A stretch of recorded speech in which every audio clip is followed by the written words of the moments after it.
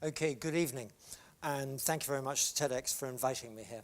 Now, if one of you here, or if any of you, or all of you, left immediately to go to Heathrow and took a plane to Latvia, we landed there this evening and then got on a bus and went into a village, any village in Latvia, and we wanted to speak to somebody, we'd have a problem. First, we'd have to look for a house that was lit. That would be a problem. Then, once we had found a house with a lit window and knocked on the door, the chances of the person answering the door being old, really quite old, would be very high. And why? Because they're the only people left in the village. The younger generations have already gone into the towns, and the chances they've gone from the towns out to Western Europe or into the United States. The countryside is empty. It's the same story in Russia, west of the Urals, and the same story, again, I'm just choosing 3 examples, in Albania, where the people have moved in from the countryside into the towns, and then if they've got the money and the qualifications, they leave the cities and go elsewhere as well. In Albania, it's known as the Great Departure, and the population of the country is shrinking noticeably and worryingly.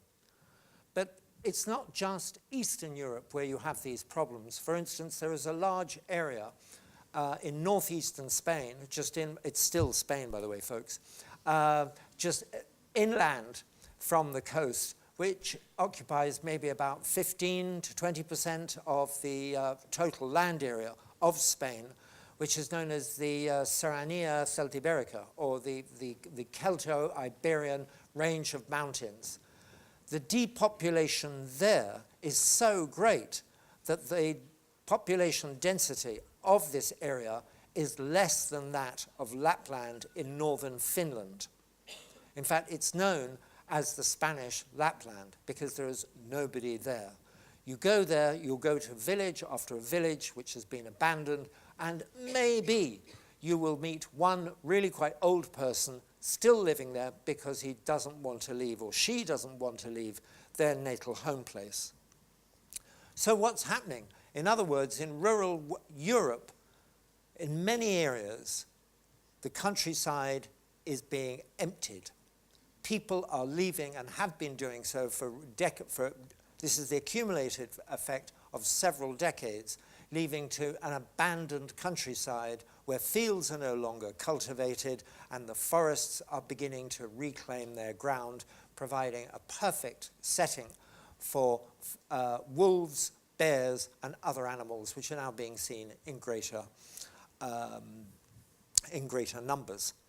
So, but then some people think, well, that's okay, we can convert it into a leisure tourist space, and the urbanites can go out to see it. But then the question really becomes is, are we converting rural Europe into a vast pleasure park for disenchanted urbanites? And that's what I want to talk about today. I'll do it quite quickly. Now, of course, there are lots of different responses that one can make, and a majority of them, certainly the ones you'll know about and I know about, come from governments, whether international, regional, national, regional, and so on down. Some of those succeed, but I want to concentrate on what I like to think of as the unexpected low-level initiatives. And I'm going to concentrate on 2 types. And the first is counter-urbanization, the people who have deliberately left towns for their own reasons and gone to live in the countryside. And it starts with the people I did fieldwork with 15 years ago in the west of Ireland, who went out there, incomers, what are locally known rather pejoratively, I think, as blow-ins, hippies, about my age, but then they were, of course, in their 20s and 30s, who wished to follow their peace-loving dream and establish themselves in what they saw as the magical wonderland of the west of Ireland. They were followed about 10 years later by crusties, much more politicized products of the Thatcherite UK, and in the last 20 years by people who the hippies and the crusties rather dismissively called suburbanites, people who want to go out and live in the countryside but take a lot of the benefits of the towns with them, thanks to the net and other sources. Now, the hippies, when they first went out there, were able to make their own kitchen gardens, live on the dole, and perhaps grow a bit of dope as well. But after a few years, the Irish government rather lent on that, closed that avenue for them, and so a number of them who wished to stay turned into small businessmen. And some succeeded, and of course some didn't. But what they did in that process was they created what I call an alternative economy, one of homeopaths, masseurs, yoga teachers, biodynamic farmers, producers of organic foods, aromatherapists, cheesemakers, and even an estate agent or two who realized that the disjuncture in the price of housing in the UK and Ireland was so great, he could sell houses in the west of Ireland to like-minded people such as him in the UK for what the people in the UK thought were very low prices, but which the Irish were extremely happy to receive.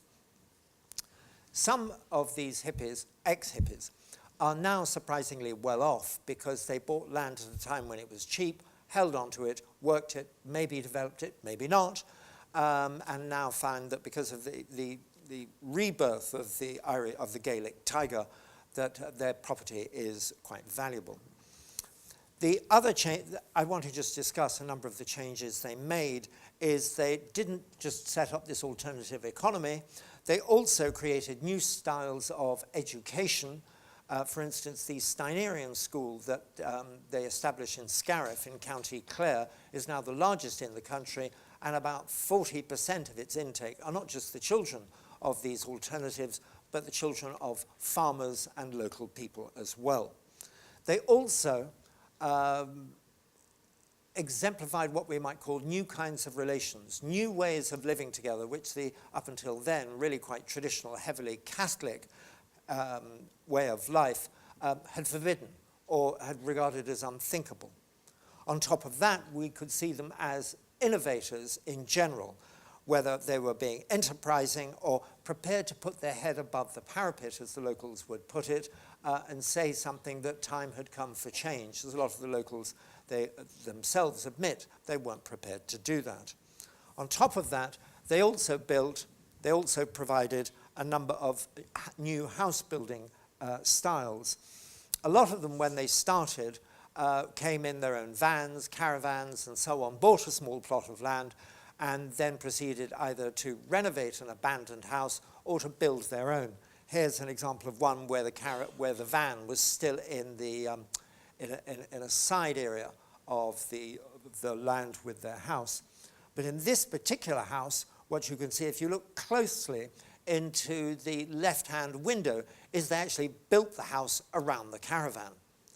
Or some of these examples where this is a particular cheese maker who decided to indulge their taste in fairy tale turrets. Or another house which is of the same complex of the cheese maker and one of their stores. But then there were people with other skills. For instance, this house was put up by a carpenter, an English carpenter, on part of the Burren, which is a cast limestone landscape, where if you look from the top window, as the locals say, the next parish is Boston, i.e. you're looking out across the Atlantic. And he told me, the locals said, you're going to put up a house of wood. It will not last.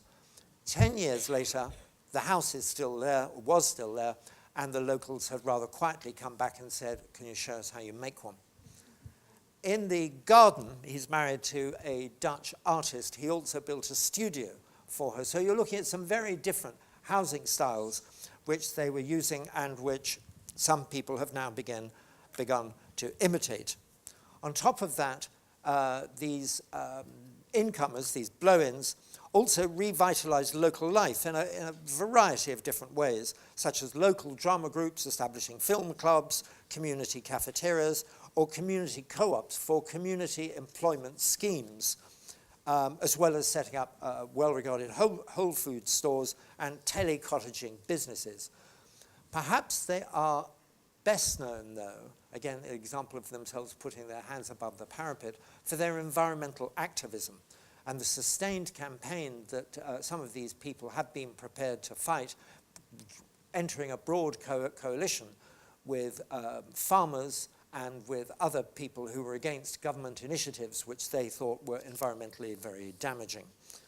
And finally, they have also set the way of life of these people, and what they've done served as a model for an organization, a very successful organization called Rural Resettlement Ireland, a completely volunteer-run organization which raises money to rebuild and renovate old, abandoned, unwanted houses in the west of Ireland, and then rehouse families from disadvantaged backgrounds in rundown slums of Dublin, to give them an opportunity to raise their family in what they see as a much better environment, which offers them and their children a much better quality of life.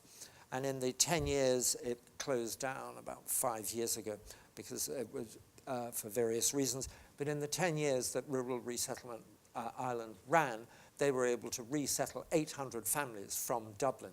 And the example of the model of the example was so great that the Irish government funded a number of imitatory initiatives elsewhere, and then it was taken up by the EU as a model, again, for attempting to resettle families in rural areas in different EU countries.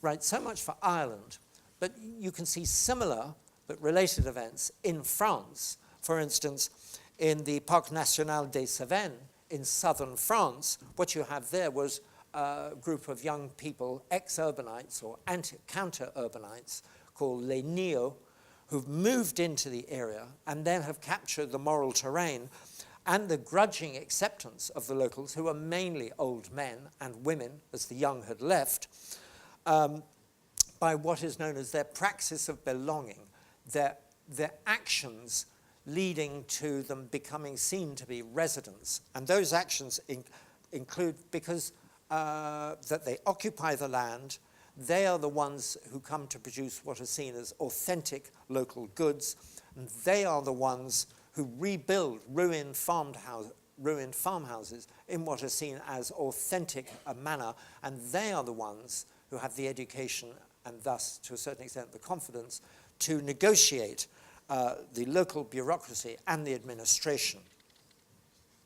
And they are the ones who carry the vision of patrimonie, in other words, of heritage, held by both the administrators who run the Parc National and the children of the remainers, in other words, the absentees, who are seeing their homeland being taken over and transformed or revived in a slightly different fashion by these incomers. And the result, some geographers who studied this have felicitously phrased the chestnut economy. But the area is also well known because just northwest of the park, in the Larzac Plateau, in the 1970s, the French government, proposed to massively increase a military encampment there. The protest reaction against this massive rebuilding or extension of a military camp took decades, and it was mainly led by politicized neos. It was a coalition of Maoists, anarchists, socialists, hippies, ecologists, revolutionaries, pacifists, intellectuals, and members of the Catholic clergy. And the years they were there mounting these protests ultimately successfully led to a number of them becoming permanent residents. And in fact, the whole area, the Larzac Plateau, to a great extent now, is seen as a beacon, or it has achieved an almost semi-mythical status, and is a beacon of the anti-globalization movement. And now, in fact, the number of permanently based activists outnumbers the number of native born and bred. Okay, a more modern variant of these hippies or neos or crusties are people known as lifestyle migrants. In other words, people who are taking advantage of cheap flights and the net to go and live in another part of Europe for the sake of a better quality of life. And as some of us know, there are large numbers in France, especially in rural southwest France, and also there are the notorious very large housing estates built just inland from coastal Spain, which act as really, to a certain extent, as little Englands, where you can have, say, thousands of Brits who are able to live their whole life in English and who maybe only leave the estate in order to go to the beach or go to the airport. But rather in these places, and also in southwest France, one can ask the question, even though they might occupy the same geographical area as some of the local residents, it's as though they're living in different spaces, and they are just, in a sense, gliding by one another as opposed to productively interacting. Now, as well as movement from the cities into the countryside, you also have incomers, as we well know, from beyond Europe. And some of these can be very well established, but still marginalized or ignored communities. For instance, in parts of Bergerac, the wine-growing areas of southwest France, there are now decades-long established communities of Moroccans who worked in the vineyards first, the first generation, and their children with education now have jobs in local towns and so on. But these well-established groups of resident North Africans are not on the whole even recognized by French people there. In fact, when a colleague of mine, an anthropologist, stated to locals that's what she was studying, some people said, well, what are you studying them for? You know, they don't have an identity. Who are they? They're just a few workers off in different places. Or others would say, I didn't even know there were any Moroccans out there. More recent examples of this kind of shift occur in places like, say, Greece, where Albanians, who I talked about at the very beginning, have moved into rural areas where they are reviving very successfully, in some cases, the rural Greek economy, providing cheap labor, and some of those who can regularize their own status work in the fields and in construction. They hold two jobs and then use the cash raised to buy buildings, to buy their own holdings, revive abandoned farms, or set up their own local businesses. And most Albanians, as far as I understand, in Greek cities like Athens and Thessalonica, have a rather bad image. But in the villages in the Greek countryside, where they've established themselves and shown themselves to be hard workers on the fields, and enterprising, buying their own holdings, putting up their own houses, starting their own businesses, they are seen to be making a positive contribution, and they're valued as such. And then, unsurprisingly, some marry local women, and that leads to the schools being able to stay open. But if we now shift to Italy, to the heel of Italy, into the area known as Calabria, I want to look at one particular village down there where in the 1990s there were race riots by the locals against the incomer fruit pickers. Well, today, if you go to that same village, you'll find it very different. And why? Because the mayor courageously forestalled village decline by welcoming migrants. Why did he do this? He did it because the migrants coming off the boats from North Africa, he did it because the village receives government subsidies for doing so. The village palazzo is now a welcome center orienting migrants, setting them up with jobs, teaching Italian to their children, and distributing free food tokens. This makes a lot of economic sense, as the cost of keeping keeping migrants in these villages is 4 times less than having them than housing them for accommodation in a holding center with all the difficulties and the dreadful experiences of those areas. On top of that, of course, reviving the population in this way keeps schools open, means that abandoned houses are reoccupied and traditional trades are kept alive by migrants who learn them. And on top of that, their residence generates jobs in the social services. All of us will know all too well about the hundreds of thousands of migrants fleeing war-torn Syria or government oppression and conflict in Afghanistan and other areas around there. We all know that a few, very few, miserably few, have come to England, and that some also have been accepted into Spain. Of the ones who have gone in, who went to Spain, a few have become shepherds in villages in this area, which is being abandoned, in La Serranía Celtibérica, which is otherwise virtually abandoned, and start to look after very large flocks of sheep and goats and other forms of livestock. At first you might think, why would a person who came sometimes from a relatively well-to-do background in Syria or elsewhere choose to put up with being a shepherd? The advantages are great in one sense, is if you regard your job as an investment for the future, because you are provided with an income, you are provided with a house and the beginnings of a community which you can help establish, and perhaps more importantly, your children will have an opportunity of going to school in a country which still remains one of the major developed economies in the country. In that sense, being prepared to become a shepherd in a village is, shall we say, a way of trying to guarantee a good future for your children, given the turmoil in your home country.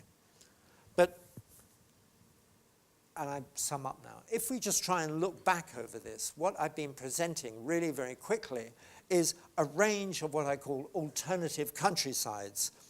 And we don't have to think in terms of government programs. Some do help, but many initiatives may be homegrown, even homespun, and many may not even need any external support.